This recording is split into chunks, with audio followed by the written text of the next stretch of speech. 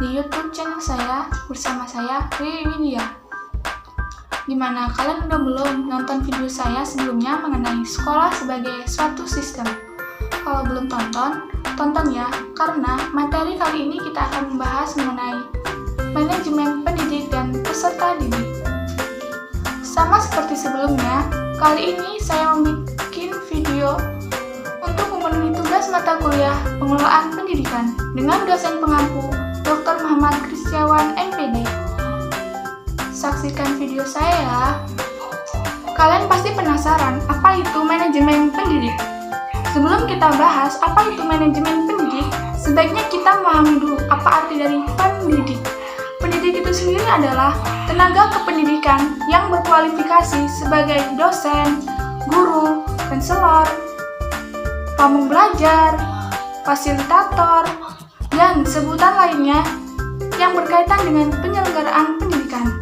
Menurut Undang-Undang Nomor 20 Tahun 2003, manajemen pendidik merupakan suatu kegiatan merencanakan, mengelola, dan mengorganisasikan serta mengkomunikasikan sumber daya pendidikan agar dapat berjalan dan melaksanakan tugas serta tanggung jawabnya secara efektif dan efisien dengan maksud agar tercapainya tujuan pembelajaran dan tujuan pendidikan yang telah diharapkan.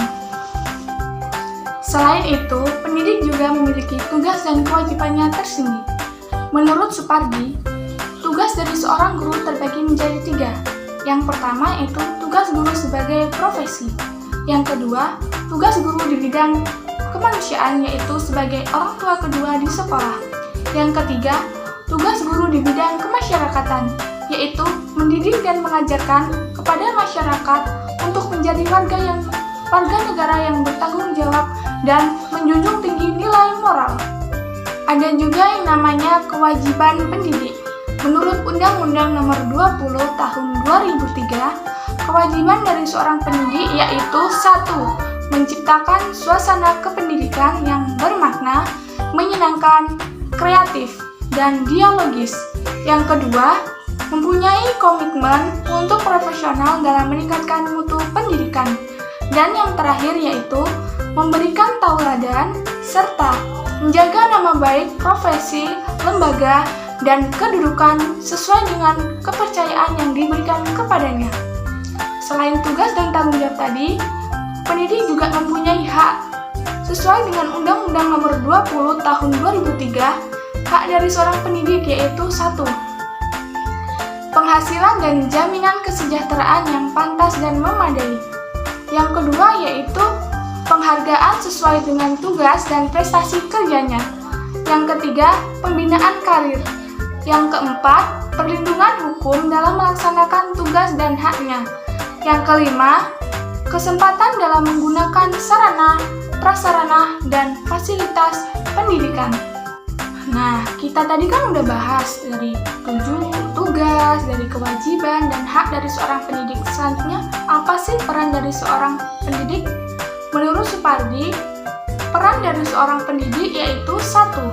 Sebagai pendidik, yang kedua sebagai pengajar, yang ketiga sebagai pembimbing, yang keempat sebagai pelatih, yang kelima sebagai penasehat, yang keenam sebagai model dan teladan, yang ketujuh sebagai korektor, yang ke-8 sebagai organisator, yang ke-9 sebagai motivator, yang ke-10 sebagai pengelola kelas, yang ke-11 sebagai mediator, dan yang terakhir sebagai evaluator.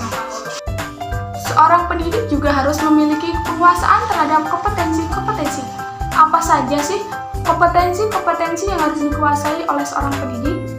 Yang pertama yaitu penguasaan kompetensi dasar, yaitu 10 kompetensi versi SBTE, kemudian Departemen Pendidikan Nasional yang dijadikan sebagai profil kompetensi dasar guru di Indonesia.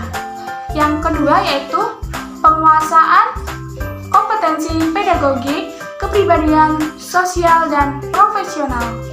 Selanjutnya ada rekrutmen dan seleksi guru serta staf. A. Kriteria dasar seleksi. Yang pertama yaitu rasional, yang kedua yaitu ilmiah, yang ketiga objektif, yang keempat berdasarkan pada laporan analisis pekerjaan dan pengrekrutan pegawai, yang kelima efektif dan efisien, yang ketujuh dilakukan dengan jujur dan objektif serta profesional. B. Cara dan seleksi. Cara dan metode seleksi. 1. Seleksi persyaratan administrasi. Yang kedua, seleksi pengetahuan umum. Yang ketiga, seleksi psikologi. Yang keempat, seleksi wawancara. Dan yang terakhir yaitu seleksi resensi. Pengrekrutan itu sendiri dibuat bukan tidak ada tujuan, melainkan ada tujuan tersendiri dari dibuatnya pengrekrutan tersebut. 1. Yaitu untuk menetapkan kebutuhan rekrutmen masa sekarang dengan yang akan datang, hubungannya dengan rencana sumber daya manusia dan job analisis. Yang kedua, meningkatkan calon pelamar kerja dengan biaya minimum. Yang ketiga, untuk meningkatkan angka keberhasilan. Yang keempat, untuk menurunkan kemungkinan pelamar kerja. Yang kelima, untuk meningkatkan tanggung jawab organisasi. Yang keenam, untuk mengawali dan mengidentifikasi calon pelamar kerja potensial. Nah, tadi kita kan udah membahas mengenai manajemen pendidik. Sekarang ada juga yang namanya manajemen peserta didik. Peserta didik menurut Undang-Undang Nomor 2 Tahun 1989 adalah anggota masyarakat yang berusaha mengembangkan kompetensi dirinya melalui proses pendidikan pada jenjang dan jalur pendidikan tertentu. Sedangkan manajemen peserta didik itu sendiri adalah kegiatan penataan peserta didik mulai dari awal masuk sampai keluarnya peserta didik dari suatu sekolah atau madrasah. Dalam manajemen peserta didik itu sendiri terdapat langkah-langkah dalam perencanaan peserta didik. Menurut Asmendri, langkah-langkah dalam perencanaan peserta didik yaitu 1. Forecasting, yang kedua objektivis, yang ketiga polisi, yang keempat programming, yang kelima yaitu prosedur. Di dalam manajemen peserta didik juga menerapkan kebijakan-kebijakan dalam penerimaan peserta didik baru. Kebijakan operasional dalam penerimaan peserta didik baru yaitu memuat aturan mengenai jumlah peserta didik yang dapat diterima dalam suatu sekolah. Penerimaan peserta didik baru ini didasarkan pada kenyataan dalam keadaan suatu sekolah atau faktor kondisional. Faktor-faktor tersebut meliputi daya tampung kelas, kriteria penerimaan peserta didik baru, sarana dan prasarana yang ada, tenaga kependidikan, serta jumlah siswa yang tinggal kelas. Lalu, dalam penerimaan peserta didik baru, sekolah menerapkan 2 sistem. Yang pertama yaitu sistem promosi dan yang kedua yaitu sistem seleksi. Selanjutnya terdapat kriteria dalam penerimaan peserta didik baru. Apa sih kriteria itu? Kriteria adalah patokan-patokan atau acuan menerima atau tidaknya seseorang sebagai peserta didik. Ada 3 kriteria penerimaan peserta didik baru. Yang pertama yaitu kriteria acuan patokan. Yang kedua, kriteria acuan norma. Dan yang ketiga, kriteria berdasarkan daya tampung sekolah. Selanjutnya ada rekrutmen peserta didik.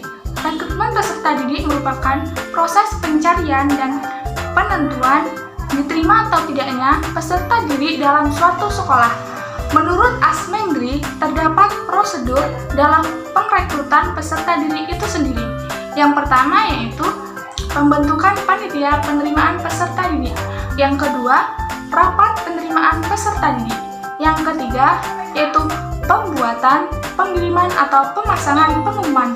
Yang keempat, pendaftaran peserta didik baru. Yang kelima, yaitu seleksi penerimaan peserta didik baru. Yang selanjutnya yaitu rapat penerimaan peserta didik baru. Yang ketujuh yaitu pengumuman diterimanya peserta didik baru, dan yang terakhir yaitu daftar ulang bagi peserta didik baru. Setelah diterimanya peserta didik dalam suatu sekolah, peserta didik akan mengalami orientasi sekolah, yaitu kegiatan pengenalan lingkungan sekolah bagi peserta didik baru. Orientasi ini memiliki tujuan. Menurut Asmendri, tujuan dari orientasi tersebut adalah agar peserta didik dapat mengenal lebih dekat dirinya di tengah-tengah lingkungan barunya. Yang kedua, agar peserta didik mengenal dengan baik lingkungan sekolahnya. Dan yang terakhir, pengenalan lingkungan sekolah merupakan sesuatu yang sangat penting bagi peserta didik.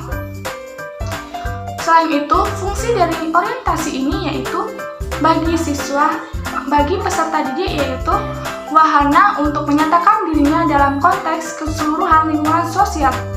Dan yang kedua yaitu sebagai wahana untuk mengenalkan siapa lingkungan barunya. Bagi personalia, sekolah, dan tenaga kependidikan yaitu untuk mengetahui siapa peserta didik barunya. Dan bagi senior yaitu untuk mengetahui siapa peserta didik baru yang menjadi penerus generasi di sekolah tersebut. Itulah tadi penjelasan saya mengenai manajemen pendidik dan peserta didik. Agar kalian dapat memahami lebih lanjut mengenai manajemen pendidik dan peserta didik, kalian dapat mengukur kemampuan kalian menggunakan link yang ada di deskripsi. Mungkin itu yang dapat saya sampaikan. Apabila terdapat kata yang salah, saya mohon maaf. Sampai jumpa di video saya selanjutnya. Terima kasih. Saya akhiri. Wassalamualaikum warahmatullahi wabarakatuh.